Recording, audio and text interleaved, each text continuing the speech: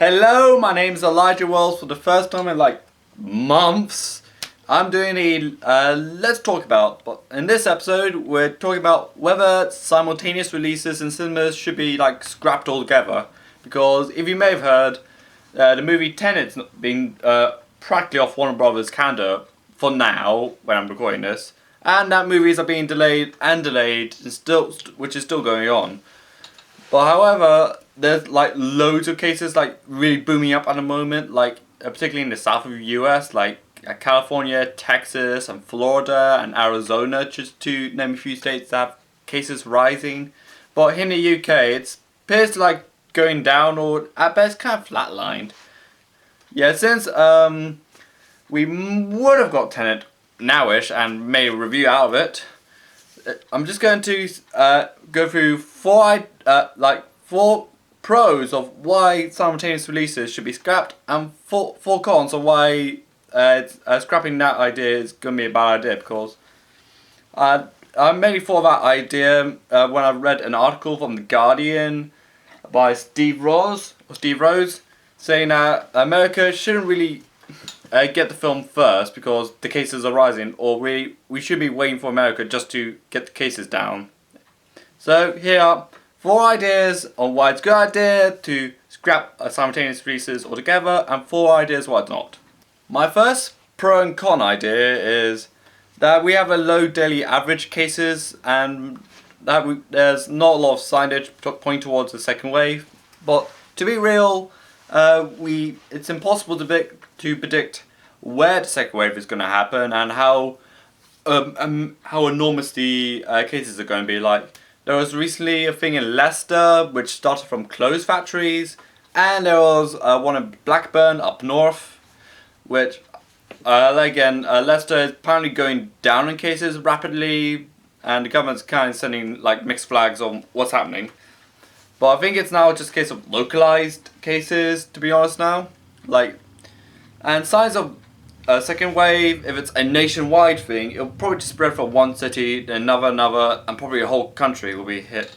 And low average cases, I think it just needs to flatline or even go just down enough that it's going to be like not possible to catch it if you like say near someone. But social distancing may have to keep in place just in case someone may not have symptoms but may carry the virus itself. Like me, for example, I don't have symptoms, but I could carry it, even though, let's face it, it could come back and bite us.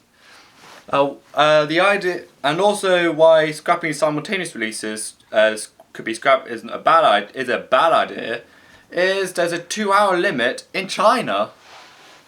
I think films like Doolittle, 1917, Sonic the Hedgehog, which allegedly run either 2 hours or under that, they're all been greenlit already. But, however, with Tenet running at a 2.5 hour running time, it's going to be a thumping headache for Warner Brothers just to kind of get off their chest. Yeah, it kind of makes sense for the 2-hour limit, because the longer you linger around in a cinema, the more likely you're going to accidentally spread a disease. Like if you cough and put it on I don't know, on a seat, or touching a friend hey, you like that movie? Or probably just touching something I don't know, a toilet, like toilet flushy handles, or toilet doors, or doors in general. And their cinemas do advise you to do contactless, use your credit card to buy your popcorn, your cinema ticket. So it does make sense, because the longer you're sitting in the movie theater, I think the more likely you're going to accidentally spread it. I think if you live in China, don't.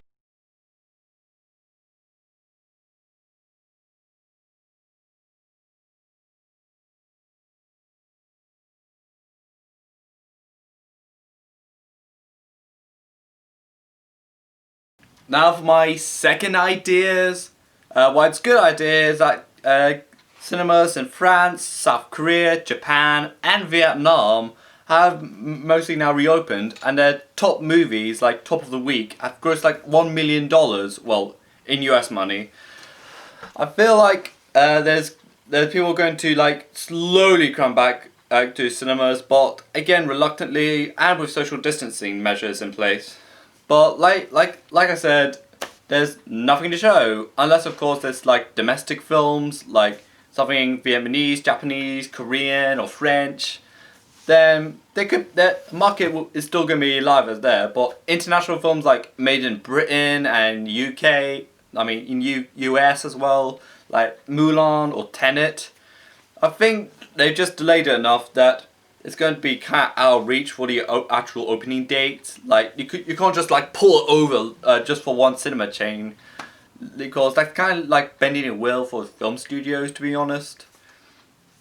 I think, yeah, I think like I said, I think it's mostly consists of films that were released late in last year and early of this year. Why it's a bad idea?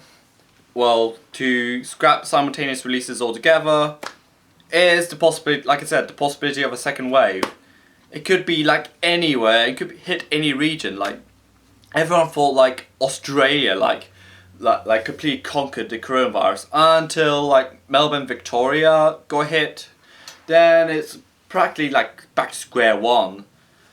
And like I said, Leicester, which a town I briefly lived in, and you may have seen my apartment videos, like just look at my video section and my Instagram. I've lived there for quite a bit, just for university reasons, and it's of course hit with a second wave, which apparently started from a clothes factory, which supplies Boohoo. That's why I don't buy clothes that often, unless it's like sports clothing. Of course, everything had to shut down in the city for an extra 2 weeks or so, but however, the mixed flagged messaging may just apparently angered a lot of my friends who live there, so just can't be cautious about it. And of course, in America, there's California, Arizona, Texas, and Florida that's already experiencing either the first big wave or a brutal second wave. And keep in mind, these 3 of the 4 states I mentioned, including New York, which might have at least conquered it, I guess, they are allegedly huge markets for US cinema intakes, like box office wise and attendees. So, yeah. And it's also said that in the 2018 US box office, it contributed 28% to the international sales. So, and think about it, a lot of it's in California, Texas, Florida, and in New York.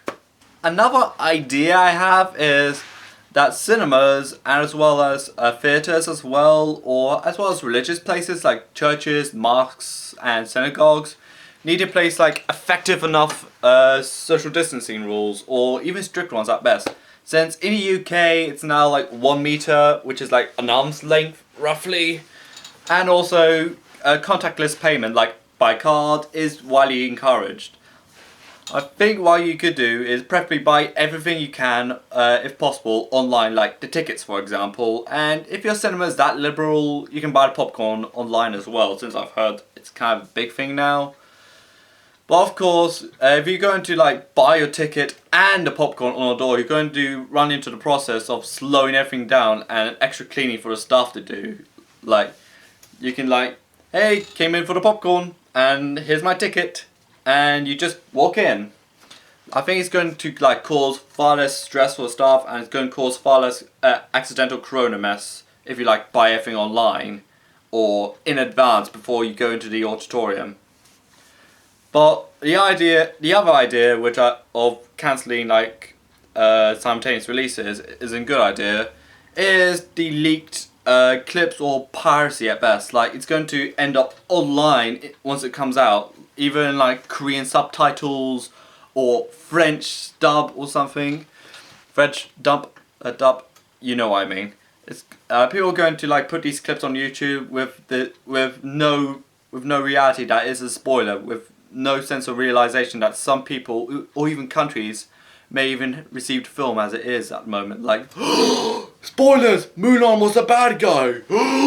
Tenet was a sequel to Inception! If you're going to post clips online that are already in cinemas, why will you just wait? Because that's going to be like in bad taste if you're going to do it like right at that moment, because you have to realise, like, some people have not even watched the film, they don't like the film to be spoiled, and there's even some countries as well, it's going to, like, do some incredible damage to that nation's box office, no matter what it is.